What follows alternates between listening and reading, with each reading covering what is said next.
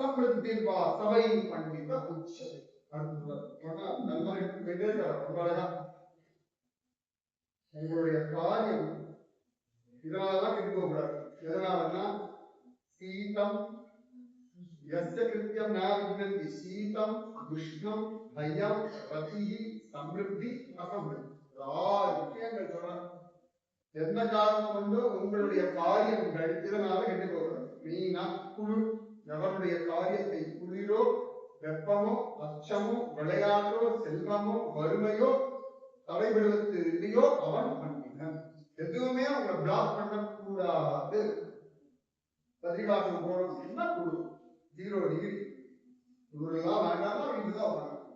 பத்ரிகாசம் போனா அதுக்கேற்ற மாதிரி ட்ரெஸ் எல்லாம் எல்லாம் குளிர் அந்த மொமெண்ட் இருக்கு. நட்டுக்கிற குளிர்ல போய் தண்ணி அடிக்க அப்படியே கைகாலெல்லாம் விளைச்ச உள்ள போய் அந்த பத்ரிநாத் செகண்ட் பார்த்தோம்.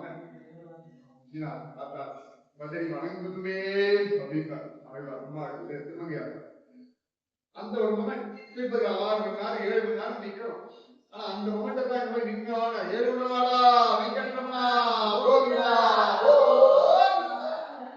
ஏதோ அந்த கூஸ் பம்ப் அப்படி இருக்கும். அந்த வைப் இந்த காலத்துல கூஸ் பம்ப் வைப் எப்படி இருக்கும் அது இருக்கும் இல்லையா? அதுக்கு இதெல்லாம் யோசனை. சும்மா 8 மணி நேரம் லைன்ல நிற்கணும். இதெல்லாம் வலிக்கும். ரிசப்ஷனுக்கு இந்த வார்த்தை வரலையே. கல்யாண ரிசப்ஷனுக்கு இந்த வார்த்தை வரலையே. 6 மணி முகூர்த்தத்துக்கு 3 மணிக்கு எழுதி பாட்டிகள் மேக்கப் போறதுக்கு முடியும்னா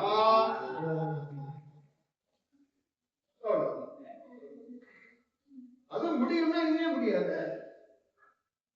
இங்கே அமெரிக்காவுக்கு போக முடியும். குழந்தைகள் அங்க இருக்கா அந்த ஊர் போய் தாங்க முடியும். அங்க ஜெர்க்கில போட்டுக்க முடியும். அதே ஜெர்க்கில் இங்க போட்டுட்டு பத்ரிகாசம் போயிட்டு வரலாம். அமெரிக்கா போகிறது அதுதான். அதுக்காக ஓகேனா இதுக்காக ஓகேதான். இதுதான் விஷயம். இதுதான் விஷயம். அதை நீங்க கண்டிப்பா பண்ணிக்கணும். ஆமா எனக்கு கோவிலுக்குலாம் போகணும். எஸ் எனக்கு யாத்திரை போகணும். ஆமா எனக்கு குளிரும். ஆமா அங்க கிடைக்கிற சாதம்லாம் கொஞ்சம் பாஸ்மதி ரைஸ் இப்படிதான் கிடைக்கும். ஆமா ரோட்டி தான் கிடைக்கும். பன்னீர் தான் கிடைக்கும். என் வயதுக்கு 2 முட்டை சாப்பிட்டு போயிட்டே அதுல கவனம் வைக்கணும். குளிர் அந்த சாப்பாடு போகும்போது 5 நாள் 50,000 வருஷமா போகும். போக போது 5 நாள் 8 நாள் சப்பாத்தி உச்சு போயிடாது. 8 நாள் வெயிட் குறைஞ்சு விடாது. 8 நாள் உடம்பு அப்படியே சப்பட்டையெல்லாம் ஆயிடாது. 8 நாள் காம்பெக்ஸ் எல்லாம் போயிடாது. 8 நாள் முடியெல்லாம் கொட்டிடாது. 8 நாள் உடம்பு ரத்தம் சுண்டி போயிடாது. 8 நாள் இந்த 8 நாள் 80,000 கதை சொல்லக்கூடாது. 8 days நான் டிராவல் பண்ணா போறேன். ஆமா எல்லாரோடையும் போனேன். எல்லாரோடையும் இறங்கணும். காத்தால 7 மணி. ஆமா அவ்வளவுதான். இதுதான் உண்மை. இதான் யதார்த்தம். இதான் யதார்த்தம். குழந்தைய பெற்றாச்சு அதை சேட்டை பண்ணணும். சேட்டை ரொம்ப சேட்டை பண்ணணும். அண்ணாதான் குழந்தைகள். அவ்வளவுதான். எல்லாரும் முன்னாடி படிச்ச வேலைக்கு கவலையே அதுக்கப்புறம் கவலையை ஆரம்பிக்கிறது. படிக்கிறதுக்கு ஒரு கவலை இல்லை. அப்ப பைசா பணமா இருந்தது. ஜாலியா இருந்தது. வேலைக்கு போனது ஒவ்வொரு பைசா பெருசு தான் தெரியுது. அதுதான் தெரியும். கல்யாணம் பண்ணி சொந்தமா இருக்கு. அதுக்கப்புறம் தெரியும்.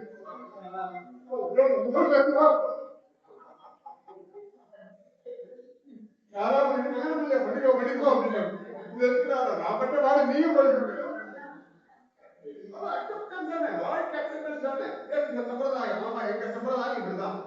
இது கேவலமா நினைக்கிறதுக்கோ வசதியா நினைக்கிறது. எங்க சம்பிரதாயம் இதுதான். எஸ் நாங்க இது ஃபாலோ பண்ணுவோம். என்ன கஷ்டம் இருக்கு? எஸ் நாங்க ஹிந்து தான். நாங்க நெத்தில போட்டு வச்சுப்போம். ஆமா நாங்க தலையில பூ வச்சுப்போம். ஆமா நாங்க புடவை கட்டுவோம். ஆமா நாங்க விடுதா கட்டுவோம். ஆமா நாங்க கோவிலுக்கு போவோம். ஆமா நாங்க விரதம் இருப்போம். ஆமா நாங்க கல்லதான் சாப்பிட போடுவோம். ஆமா எங்க பாக்கிறது எல்லாமே தெய்வம் தான். நோம்பு கஞ்சி குடிக்கிறது வேலைன்னா நானும் நோம்புக்கு இருந்துட்டு எனக்கு நானும் காத்தால கஞ்சி எடுத்துட்டு நோன்புக்கு கஞ்சி குடிக்கிறது நான் கஞ்சிக்கு நோன்பு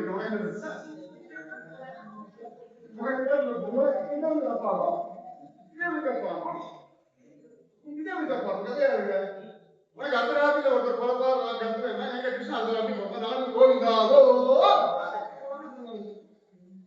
நான் இப்படித்தான் இருப்பேன். எங்க ஊர் இப்படிதான், எங்க ராஜ்யம் இப்படிதான், எங்க கோவில் இப்படிதான், எங்க பூஜா மெத்தட் இப்படிதான், எங்களுடைய பக்தி இப்படித்தான். நாங்கள் இப்படித்தான். விஜயத்துக்கு வைக்கப்படணும். ஆமா, எங்க சாமிக்கு ஒருத்தர் யானை முகம் தான், ஒருத்தர் குரங்கு முகம் தான். யார் நம்புறது? உனக்கு என்ன சொன்ன கூட்டமா இல்லை எனக்கு அரசாங்கம் ஒப்பத்தியாலும் சுத்திட்டு போறோம். உனக்கு என்ன பிரச்சனை? ஆமா, அதுக்கு அடுத்த சைடுக்கு அழகான கண்டா இருக்கு. எங்களுக்கு பலம் கொடுக்கறது, எங்களுக்கு பலம் கொடுக்கறது அவ்வளவுதான். எதுவுமே நம்ம தடை பண்ணக்கூடாது. என்ன சொல்ற, எவனுடைய காரியத்தை குளிரோ வெப்பம் பயங்கர வெயில். சில வேலை கேட்டேன், சில வேலை அந்த சம்மர்ல வந்து பிருந்தாவன் தான் போவான். பயங்கர வெயிலா இருக்கு குருஜி, இப்பதான் பயன் குருஜி மகனுக்கு லீவு, இப்பதான் எனக்கு சந்தோஷம் போயிட்டு வாங்க, இப்படிதான் இருக்கும் எல்லாம் நான் போயிட்டு. நம்ம ஊர் வெயில் மாதிரி கிடையாது, நல்ல வெயில் இருக்கும், நிறைய தண்ணி எல்லாம் குடிக்கணும், மென்டலி ப்ரிப்பேர் ஆகி போயிருக்கோம், அலையெல்லாம் அழைச்செல்லாம் இருக்கும் அப்படிதான் சொல்லிட்டாரு. அவ்வளவு அது ப்ரிப்பேர் ஆயாச்சுன்னா பரவாயில்ல. உங்களுடைய காரியத்தை குளிரோ வெப்பமோ பயம் வரக்கூடாது. ஆனா சில விஷயங்கள்ல பயம் வருது இல்லையா? சீதம் உஷ்ணம் பயம். ஒருவேளை நான் பிசினஸ் தோத்து போயிடும்,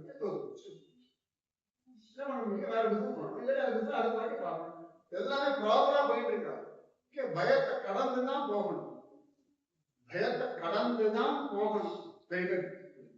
பார்க்க பயமா இருக்கு, வாய்ப்பே கிடையாது. சிலதான் டாக்டர் தான் பார்க்கறது, பயம் என்ன நமக்கு முடியும்? அவரை போய் பார்த்தா ஆகணும். அதனால நம்முடைய காரியத்தை கோபமோ இல்லாட்டி சீதமோ உஷ்ணமோ பயமோ வேற விதமான ஆசைகளை டைவர்ட் ஆனாலும் கஷ்டம். இப்ப இங்க உட்காந்து சசம் பண்ண ஒரே 14 long years honeymoon. கடைசி 10 மாசம் தான் ரெண்டு பேரும் தனித்தனியா இருக்கும். 14 long years. இவ்வளவு குடும்பம் இருக்குது, எவ்வளவு ரசிச்சிருக்கா வாழ்க்கை. இன்னைக்கு நம்ம பத்ராசனம் தான் போனோம் சொன்னோம்னா, அங்கெல்லாம் நானும் தங்கினோம். பத்ராசனம் தள்ளி போயாச்சுன்னா அந்த இடத்த கீழே புடவைய உணர்த்தின இடம், அவன் ஆத்துக்கு தீட்டா ஆடும்போது உட்கார்ந்து இருந்த எல்லாம் காட்டுறாங்க. அவன் புடவைய உணர்த்தின இடத்துல அந்த பார்டர்லாம் இருக்கு, கல்லுலயே அந்த பார்டர்லாம் இருக்கு. நம்ம புடவையோட பார்டர் மாதிரி இல்லை. எவ்வளவு வேணா என்ஜாய் பண்றான், அவ்வளவு ஜோரம். இந்த இடத்துல ராமன் சீதையும் இருந்தா. நாசிக் பஞ்சவட்டியில இருக்கு, இது ராமதீர்த்தம். சீதை எந்த இடத்துல குகையில உட்கார்ந்து இருந்தா. லக்ஷ்மணன் எங்க பர்ணசாலை கட்டினா, எவ்வளவு வேணா பர்ணசாலை கட்டுறான் லக்ஷ்மணன். சொக்கம்மா இவன் அப்பாடா கொண்டாடியோட நிம்மதியா இருக்கு. அவன் அப்பாடா கொண்டாடி எங்க நான் நிம்மதியா இருக்கு. ரெண்டு பேரும் ஒரே சமயத்துல 14 வருஷம் இருக்கான். அதுதான் அல்டிமேட். லக்ஷ்மணன் அப்பாடா எங்க கொண்டாடி அங்க இருக்கான், அப்பாடா எங்க கொண்டாடி இருக்கான். அண்ணன் தம்பி ரெண்டு பேரும் 14 வருஷம் வனவாசம். இது வனவாசம் இவனுக்கு மட்டும்தான். இவன் பார்த்த மெத்தேடு வேற, நம்ம பார்த்த மெத்தேடு வேற. சீதை அப்பாடா வேலை பண்றதுக்கு மச்சினா இருக்கான், கொஞ்சம் இருக்கு, புதுசா இருக்கான், பார்க்கறதுக்கு கால் இருக்கு, சுத்தி வர ஹெல்ப் பண்றதுக்கு ரிஷிகள் இருக்கா. ஏன்னா உப்புமா குழந்தை பண்ணி தரதுக்கு ரிஷி பத்திரிகள் இருக்கா. Let's enjoy that. ஒரு இடத்துல சமையல் கட்டி பிடிக்கவே இல்லை. 14 வருஷம் இந்தியா ஒரு பசங்க சமைச்சாங்க இருக்கா பாத்தீங்களா? ஏதாவது ஒரு நாட்டுக்கு நான் பார்க்கலாம். 13-14 வருஷம் சமையல் இல்லாம ஒரு ஸ்திரீ வாழ முடியும்னா எவ்வளவு பெரிய ஆசீர்வாதம். எவ்வளவு பெரிய லாங் லீவ் அது. உங்களுக்கு ஒரு நாள் லீவ் கிடைச்சா நீங்க சமையல் இல்லை, நீங்க டிஃபன் சாப்பிடலாம். ஏதாவது போராட்டி போற சத்தங்க மத்தியானம் சாம்பார் போடலாம். ராமாயணம் எல்லாத்தையும் பார்க்கணும். யாத்திரை குருஜி என்ன பண்ண ஒன்றும் பண்ண இதெல்லாம் பண்ணிட்டு இருக்காரு. ஒழுங்கா யாத்திரைக்கு வா, சாப்பிடு, தூங்கு, ரெஸ்ட் எடு, சொல்ற கதையை கேளு, சொல்றேன் கிளம்பு. நான் தான் சொல்றேன், அம்மா வீட்டுக்கு வந்தாமா இந்த காலத்து பசங்க, அந்த காலத்து பசங்க இந்த காலத்து பசங்க அம்மா வீட்டுக்கு வரதே எல்லாரையும் பண்ணி கொடுத்துருக்காரு, பண்ணி வாங்கிட்டு இருக்காரு. ஏன்னா எங்க அம்மா காலத்தோட பிடிச்சாச்சு, பண்ணி சொல்லிடுறது, பண்ணி வாங்கிட்டு போச்சுக்கலாம். அப்ப மனசு எதுவுமே அவங்க டிஸ்டர்ப் பண்ணக்கூடாது. 14 வருஷம் வனவாசம். ஓகே, இதுல எப்படி நான் ஹாப்பியா இருக்கேன், அது ராமனுடைய விஷயம், ரொம்ப அழகா. இதுல நான் எப்படி ஹாப்பியா இருக்கேன். சீதை அதே போல ராமன் காட்டுல வந்தாச்சு, சீதை மிஸ் பண்ணியாச்சு, சுக்ரீவன் தான் கிடைச்சிருக்கான். அந்த சுக்ரீவனை வச்சுண்டு எப்படி தன் காரியத்தை சாதிச்சு அயோத்தியால இருந்தேன்னு ஜடாமுடியை வச்சுட்டு உட்காந்து இதுல என்ன முடியும். எனக்கு இந்த குரங்குகள் கிடைச்சிருக்கா, இந்த குரங்குகளை வச்சுட்டு நான் ஜெயிக்கணும். குழந்தைகளை ட்ரெயின் பண்ணி யுத்தம் பண்ண எவ்வளவு கஷ்டம். ஆனா அது ஈஸி. நீங்க என்ன பண்ணாலும் ஜெயிச்சுடலாம். நீங்க என்ன பண்ண அதுக்கே தெரியும். அது பெரிய அட்வான்டேஜ். ஒன்றும் தெரியாது, உங்களுக்கு ரொம்ப ஈஸியா என்ன சொன்னாலும் தெரியலையா, இதுல என்ன பண்ணா வேலை வாங்கலாம் மட்டும் கத்துக்கணும். ஆசீர்வாதத்தெல்லாம் நீங்க துக்கமா எடுத்துக்க. இந்த மனுஷனுக்கு எவ்வளவு சொன்னாலும் புரியுது, சொல்லவே வேண்டாம். சொன்னா புரிஞ்ச முடியும் இல்ல. எவ்வளவு ஆசீர்வாதம் தெரியுமா, தெரிய மாட்டேங்க.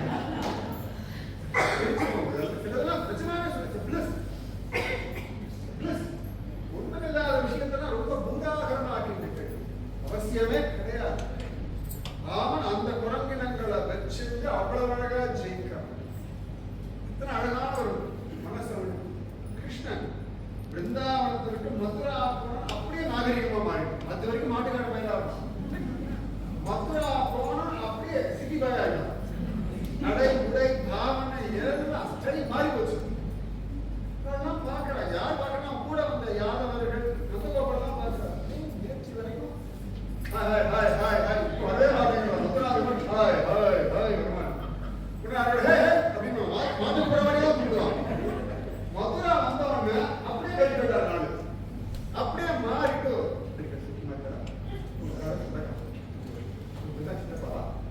அது வரைக்கும் அதே கிடையாது. இங்க என்னடான்னா அப்படியே அந்த ராஜாவுக்கு கண்டுபிடிச்சி அப்படியே அந்த ஸ்டைல், நடை, உடை, பாவனை, மெத்தட் எல்லாம் மாறி. அப்புறம் பாக்குறாரு நேத்திய நந்தகோபால பார்க்கும்போது அது நிலைமை வேற. இன்னைக்கு மதுரா உள்ள கூப்பிடுறாரு, கிருஷ்ணா ஆதுகளா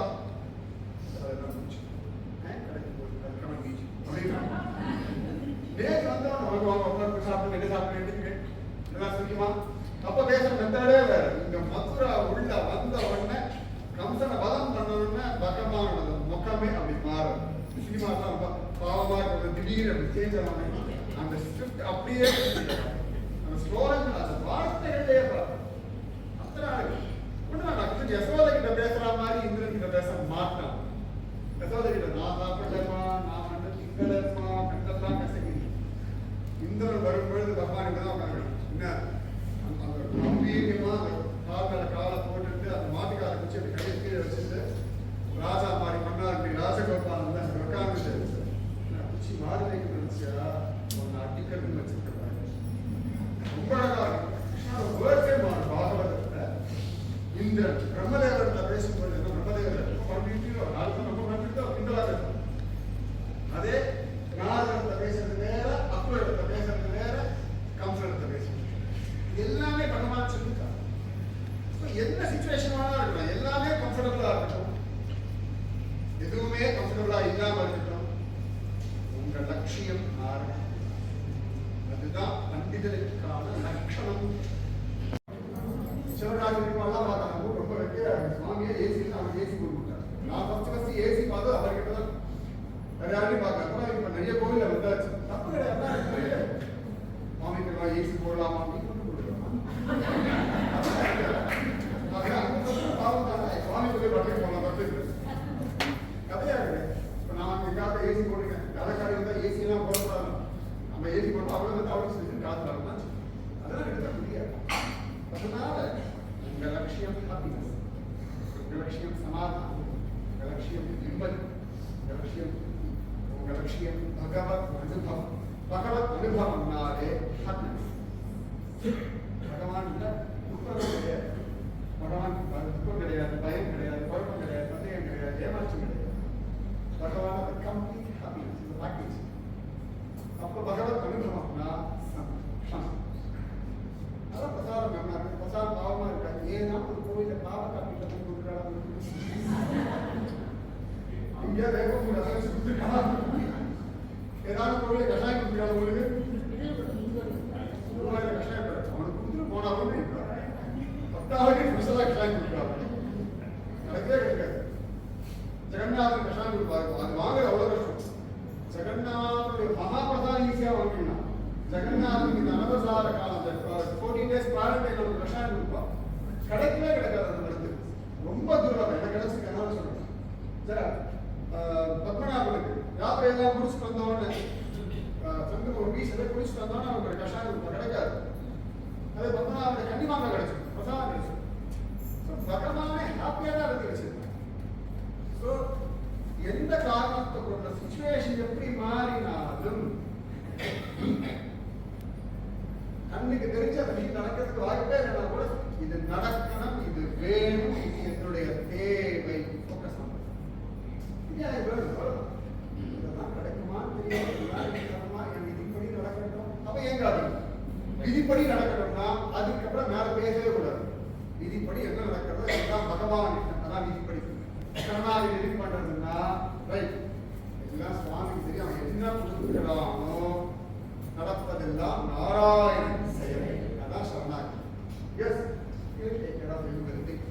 ஒரு பெரிய சந்தோஷம் இல்லையா? எனக்கு இது வேணும்னு இல்லையா? நாராயண அருளையோ மொத்தத்தை பி ஹாப்பி,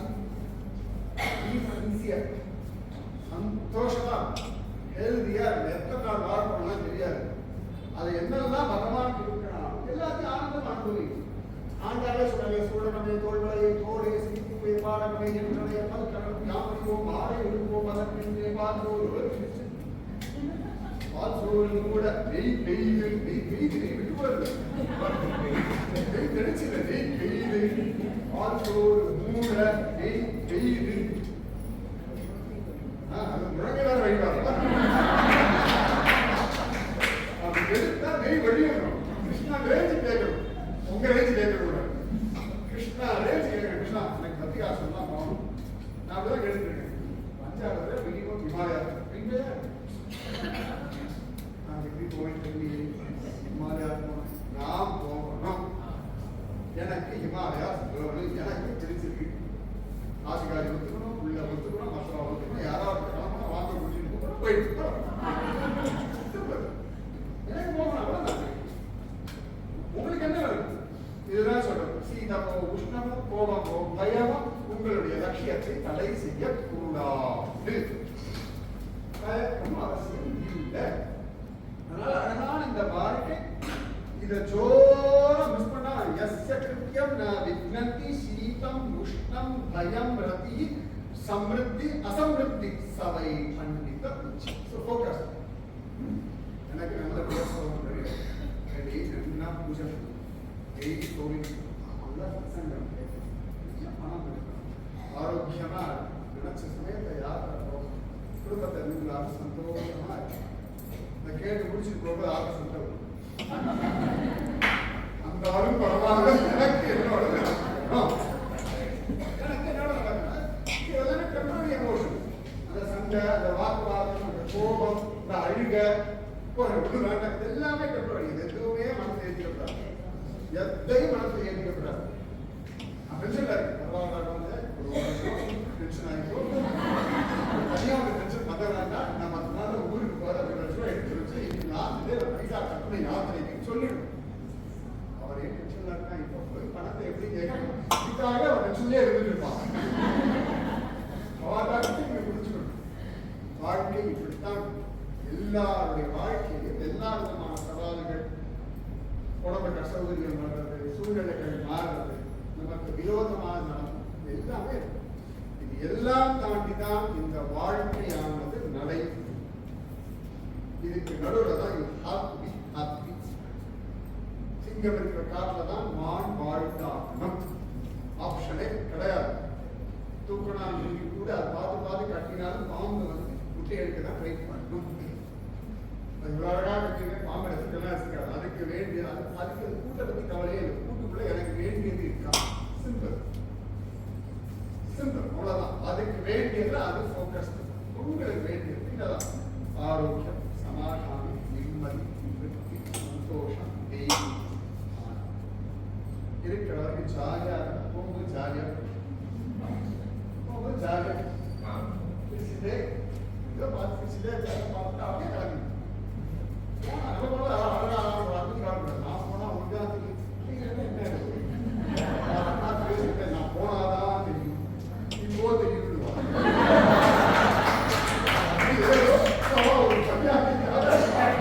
சொல்லாம இருக்கா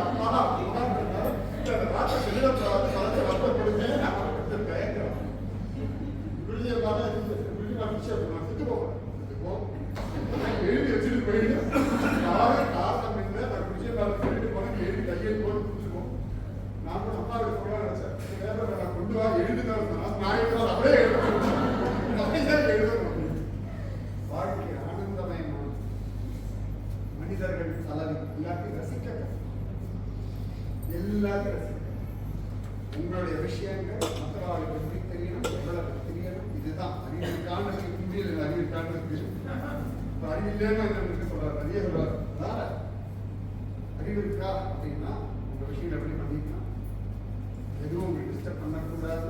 லட்சியம் பகவான் நோக்கி இருக்கிறது. பகவான் அப்படின்ற விஷயமே ஆனந்தம், இந்த பாசிட்டிவ்னஸ் தான் அதுதான் பகவான். பகவானுக்கு உருவம் எல்லாம் உண்டு, இந்த உருவம் உண்டு, சரித்திரம் எல்லாம் உண்டு.